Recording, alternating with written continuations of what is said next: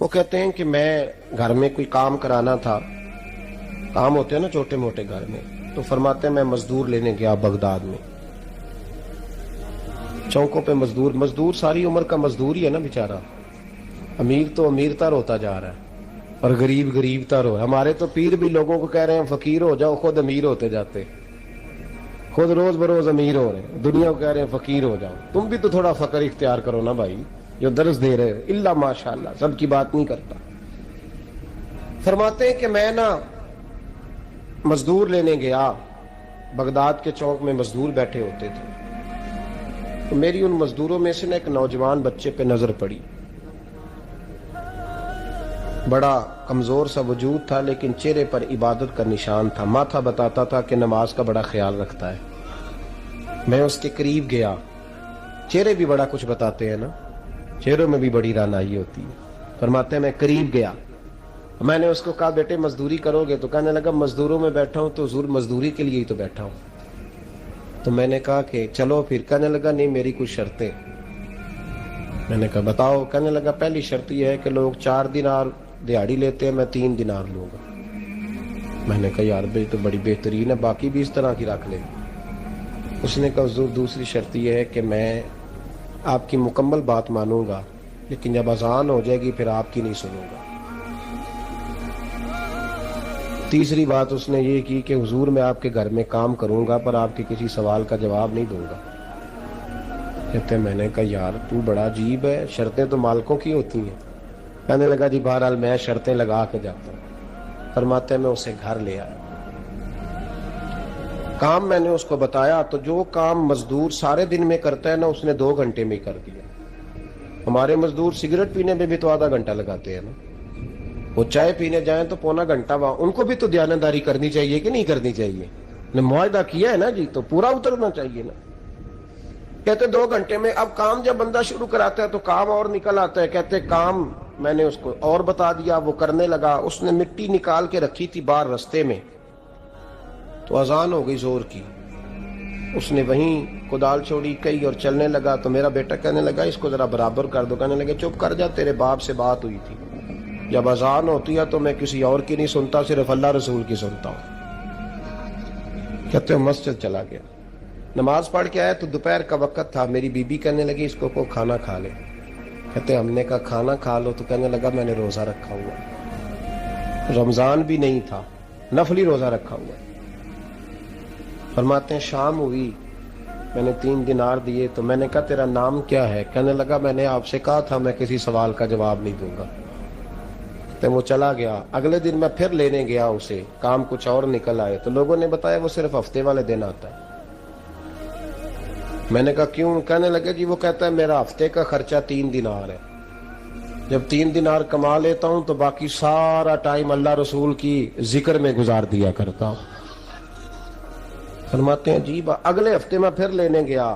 میں نے پورا ہفتہ انتظار کیا کہ کام اسی سے کرانا ہے.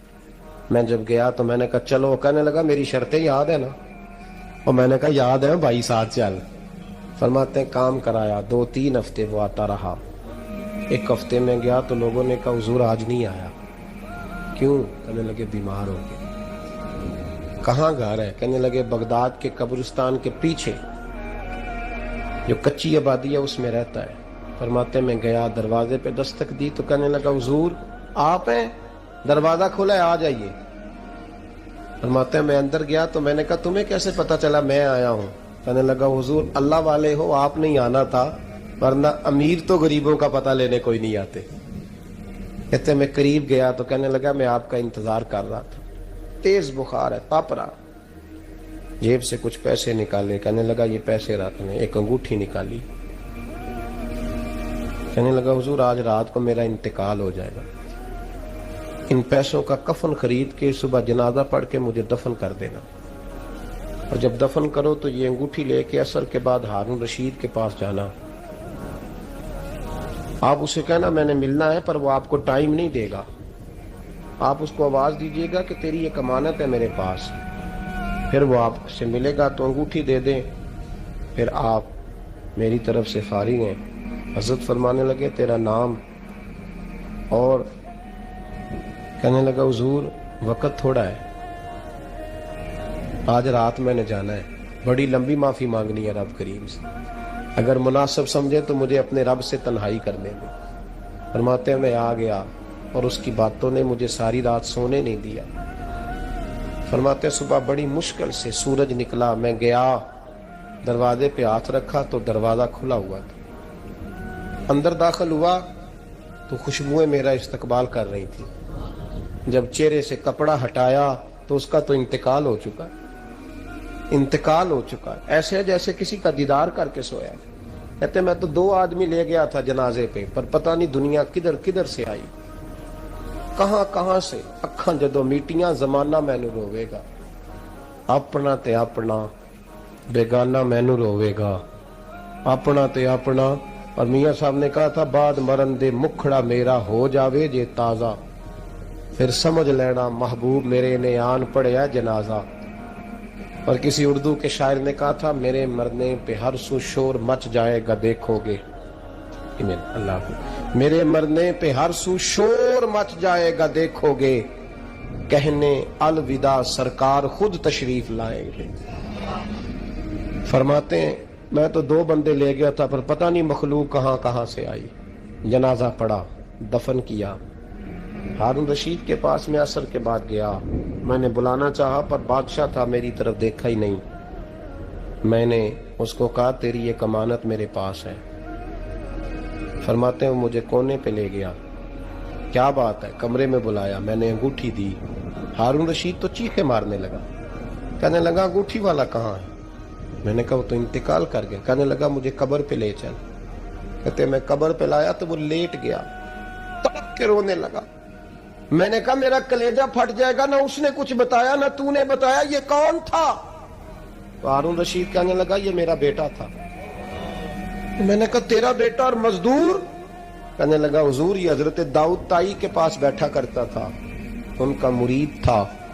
مجھے روز کہتا تھا ابا تو نے بڑی دنیا اکٹھی کر لی ہے, مرتے وقت تجھ سے ٹانگیں سمیٹی نہیں جائیں گی, اتنا حساب نہیں تو دے سکے گا.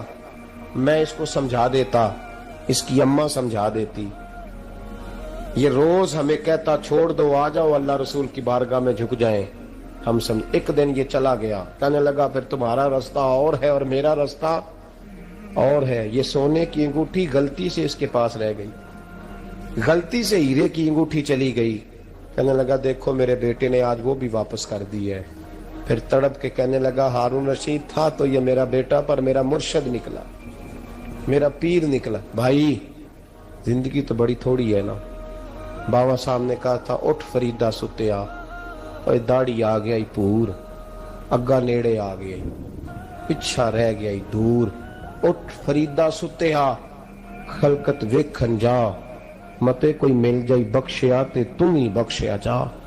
اٹھ فریدہ ستیا چاڑو دے مسیت, تو ستے رب جاگدا تیری ڈاڈے نال پریت. میرا رب ہمیں بھی اپنی بارگاہ میں قبول فرمائے.